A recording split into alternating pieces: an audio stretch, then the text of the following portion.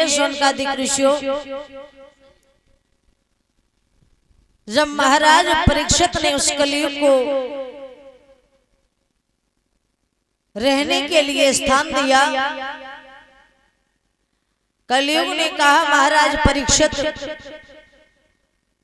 आप कोई ऐसा स्थान नहीं दिया जहां हम एक क्षण भी आराम से बैठ सके, कोई एक तो अच्छा स्थान दे दो। तो महाराज परीक्षित ने कहा था कि जाओ तुम्हारा सोने में वास हो। कौन सोने में? छिने हुए सोने में। कहते हैं हम आप अगर चोरी का सोना ले रहे हो तो बहुत से लोग कहते हैं ये पड़ेगा नहीं, चोरी का सोना या छिना हुआ सोना ये पड़ेगा नहीं। महाराज परीक्षित ने कलयुग को स्थान दिया, लेकिन परीक्षित को ये याद नहीं है कि जो हम सर पे अपने मुकुट लगाए ये मुकुट छीना ही हुआ है। जैसे ही कलयुग को स्थान दिया महाराज परीक्षित ने, वैसे ही परीक्षित एकदम से महाराज कलयुग एकदम से परीक्षित के सर पे मुकुट बंधा था उसमें सवार हो गए। जैसे ही सवार हुए वैसे ही महाराज परीक्षित की बुद्धि गड़बड़ चलने लगी। इधर एक दिन परीक्षित जी शिकार खेलने के लिए गए, शिकार खेलने के लिए गए। शिकार का मतलब बताया जाता है, लोग कहते हैं कि पहले के राजा और महाराजा जो शिकार खेलने के लिए जाते थे वो अपना निशाना बनाया करते थे। तो जब महाराज परीक्षित शिकार खेलने के लिए गए, परीक्षित को शिकार खेलते खेलते संध्या का समय हुआ। संध्या का समय हुआ, परीक्षित को बहुत तेजी से प्यास लगी। जब प्यास लगी है तो परीक्षित जी ने विचार किया यहाँ तो कोई जल नहीं है। परीक्षित जी घोड़े पर सवार हुए।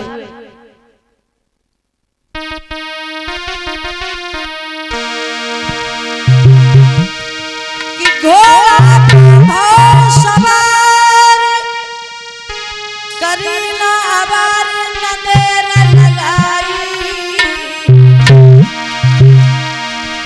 घोड़ा में लगाई गई नरेज पहुंचो बनी में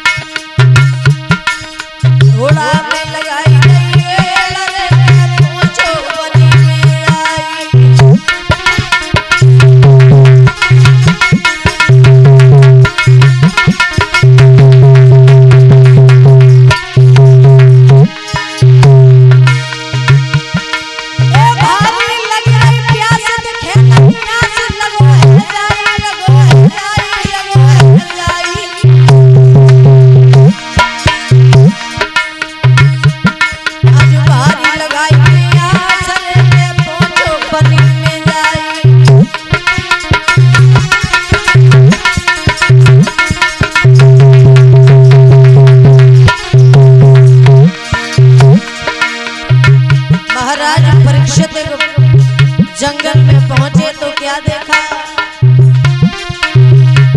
घुसी आयो राजा बनी विजयायो,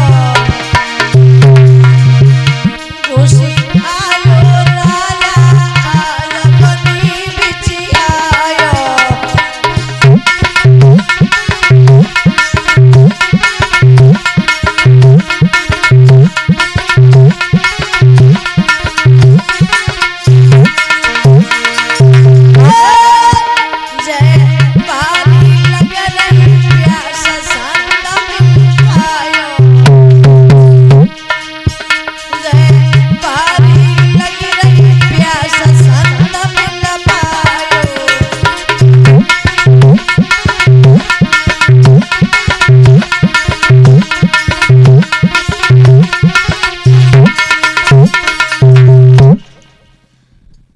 मेरे भगवत श्रोताओ, महाराज परीक्षित को इतनी तेजी से प्यास लगी है कि परीक्षित सोचने लगा, जंगल की तरफ दौड़े जा रहे, अगर कहीं इस जंगल में जल भरा हो तो शायद है प्यास को बुझा ले।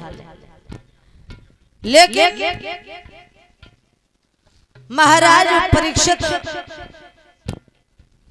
कहीं उन्हें जल नहीं दिखाई दिया और आगे बढ़े हैं तो महाराज परीक्षित जी ने देखा कि एक महात्मा जी अपनी समाधि को लगाए हुए हैं। महात्मा जी समाधि को लगाए हुए हैं,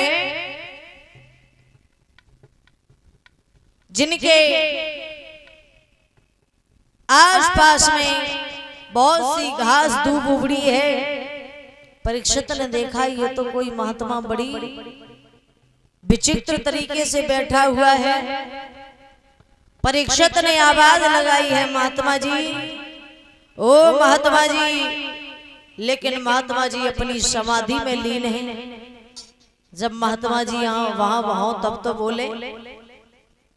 परीक्षित ने आवाज लगाते रहे,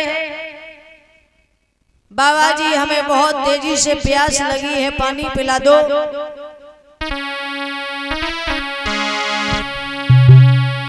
ओ बाबा अखियाँ खोलो, ओ बाबा अखियाँ खोलो, हमको पिलाइयो ठंडो नीर।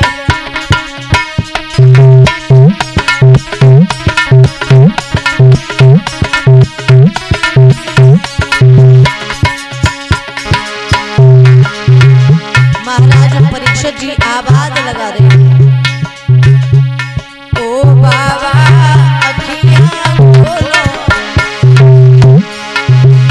हमको पिलाइयो ठंडो नीर।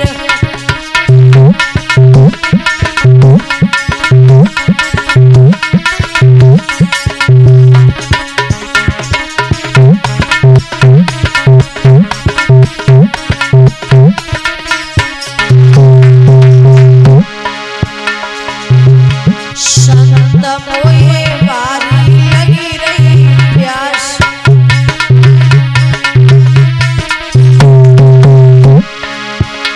संत मोहे बारी लगी रही प्यास।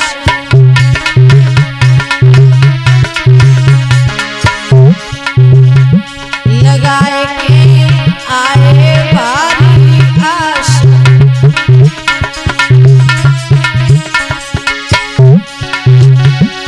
कछुआ मुख से बोलो, कछुआ मुख से बोलो, हमको पिलाइयो ठंडो नीर।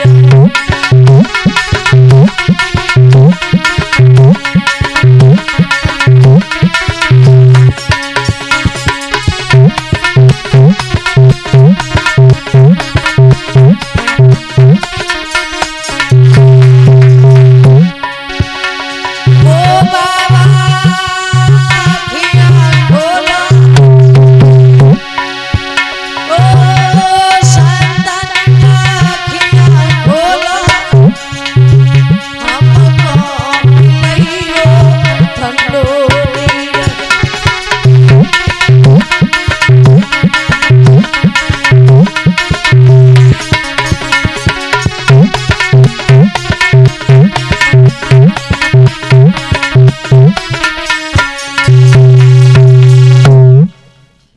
महाराज परीक्षित जी ने बड़ी आवाज लगाई, लेकिन संत ने नेत्रों को नहीं खोला। जब नेत्रों को नहीं खोला, परीक्षित ने कहा ये महात्मा बड़ा ढोंगी है। क्यों?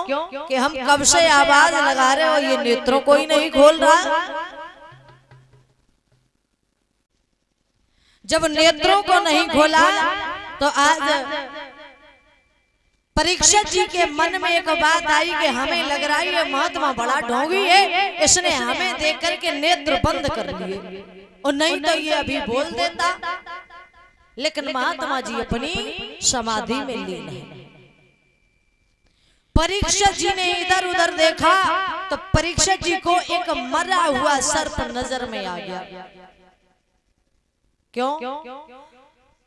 मरा हुआ सर्प जब नजर में दिखाई दिया तो परीक्षित को क्रोध अंदर से आया कि महात्मा बोला नहीं, इसलिए परीक्षित को अंदर से क्रोध आया। परीक्षित ने वो मरा हुआ सर्प उठा के लोमस ऋषि जी के गले में डाल दिया। जैसे ही गले में डाल दिया, महात्मा जी के नेत्र फिर भी नहीं खुले।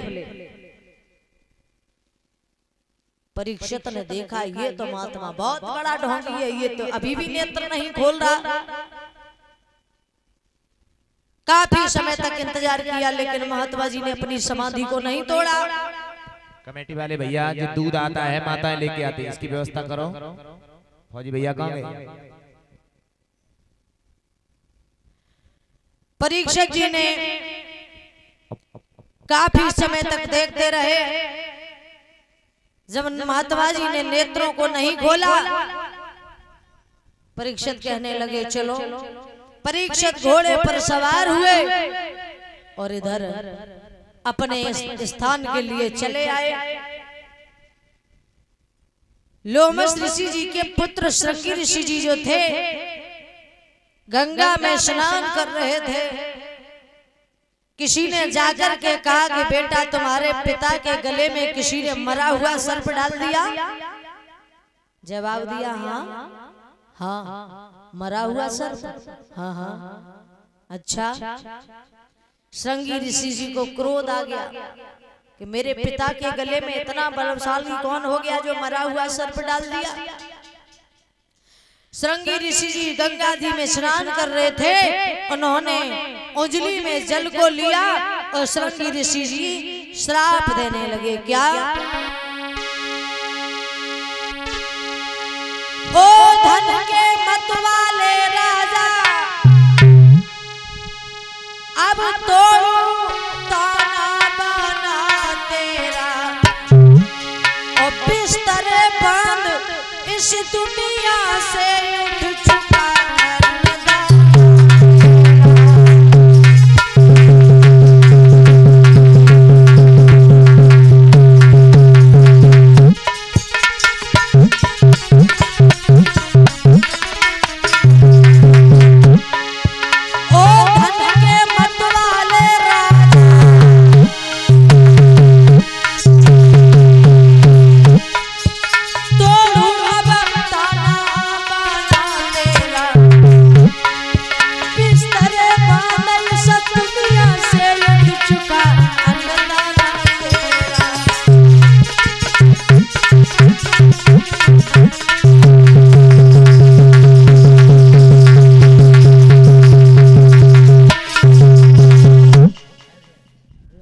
जवाब दिया, ओ धन के मतवाले राजा, तोड़ू ताना बाना तेरा, और बिस्तरे बांध इस दुनिया से उठ चुका अन्नदाना तेरा। श्राप दे दिया है कि जिसने मेरे पिता के गले में मरा हुआ सर्प डाला, मैं उसे श्राप दे रहा हूं कि उसी सर्प के डसने से उसकी 7वें दिन मौत हो जाए। महाराज, लोग कहते हैं कि परीक्षित को अपनी मौत का पता था। आज तक किसी को ये पता नहीं कि मेरी मौत कब आएगी, लेकिन परीक्षित को ये पता था कि आज के 7वें दिन मेरी मौत हो जाए। महाराज, परीक्षित को श्राप लग गया। जब श्राप लगा है तो परीक्षित विचार करने लगे क्या करें। आज उसी समय महाराज परीक्षित विचार कर